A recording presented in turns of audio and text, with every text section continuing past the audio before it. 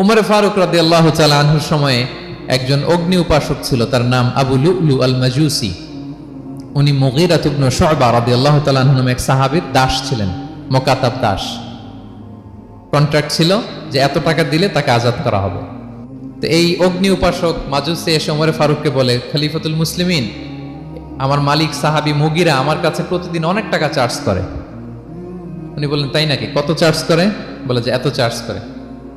তো বলতেছে, আচ্ছা তুমি তাহলে কি কাজ করো, কি কাজ জানো? বলে যে আমি খঞ্জর বানাতে জানি, ছুরি, ছোট ছুরি আর কি। বলতেছে, ওরে আল্লাহ, যারা খঞ্জর বানাতে জানে তারা তো অনেক টাকা মেক করে, সেই হিসাবে তো মুগীরা বেশি চার্জ করে না, অল্পই চার্জ করছে। সে ইনসাফপূর্ণ চার্জই করেছে।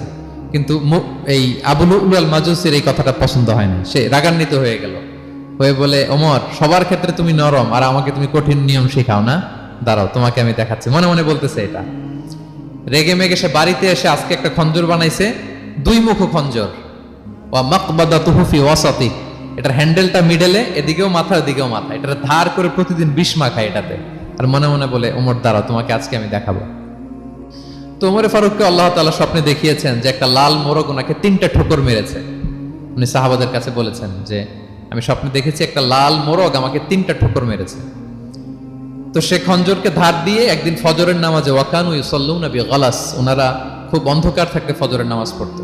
সে বুরনুস, এক ধরনের জুব্বা যেটার মাথা আছে, ওটা পরে হুডির মতো আর কি, হুডি চেনেন তো না, হুডির মতো একটা জুব্বা পরে সে অন্ধকারে, সে তো আসলে অমুসলিম, সাহাবাদের সাথে পিছনে দাঁড়াইছে নামাজের ভান করার জন্য, আর এই খঞ্জরটা নিয়ে গেছে সাথে।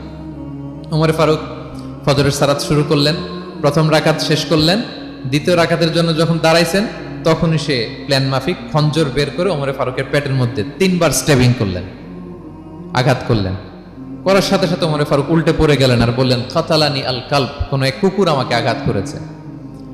তো সাহাবার ওমর ফারুককে ধরলেন, আর এই অগ্নি উপাসক এই খঞ্জর নিয়ে কাতারের মাঝখান দিয়ে 2 দিকে খঞ্জর চালাতে চালাতে যাচ্ছিলেন। যে সাহাবাই ধরে সেই আঘাতপ্রাপ্ত হয়ে ওখানে 7 থেকে 10 জন স্পট ডেথ, জায়গায় মারা গেছে। পরে এক সাহাবী নিজের জামা খুলে তার গায়ে ছুঁড়ে মারছে, তখন সে ওইটাতে পেঁচিয়ে পড়ে গেছে। যখন বুঝে গেছে যে আমাকে ধরে ফেলবে, সে সুইসাইড করে ফেলছে, নিজেকে নিজে মেরে ফেলছে। তো ওমর ফারুক তো বেহুশ, ওনাকে নিয়ে যাওয়া হলো, পিছন থেকে একজন নামাজের ইমামতি করলেন। তো ওমর ফারুক রাদিয়াল্লাহু তাআলা আনহু হুঁশ ফিরে পেলেন। হুঁশ ফিরে পাওয়ার পরে দিনের বেলা যখন হুঁশ আসলো ওনার, সবাই চারদিকে বসা যে হায় হায় আমাদের আমিরুল মুমিনিনের কি জানি কি হয়। হুঁশ ফেরার পরে ওনার মুখের প্রথম কথাটা ছিল আসাল্লান নাস, মানে আমার নেতৃত্বে যে ফজরের সালাতটা শুরু হয়েছিল এটা কি ঠিকঠাক শেষ হয়েছিল? সুবহানাল্লাহ পড়বেন না? আচ্ছা বলেন তো, এই মুহূর্তে আমরা কি করতাম?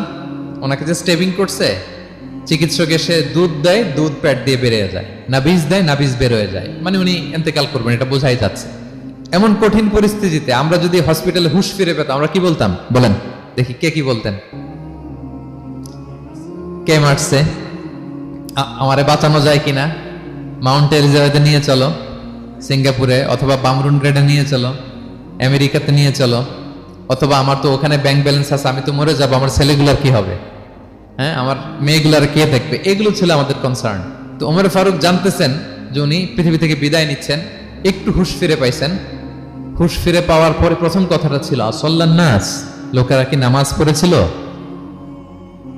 আল্লাহু আকবার। তাহলে এটা কত গুরুত্বপূর্ণ ইবাদত, কিভাবে এই সালাতকে সাহাবারা অফার করতেন।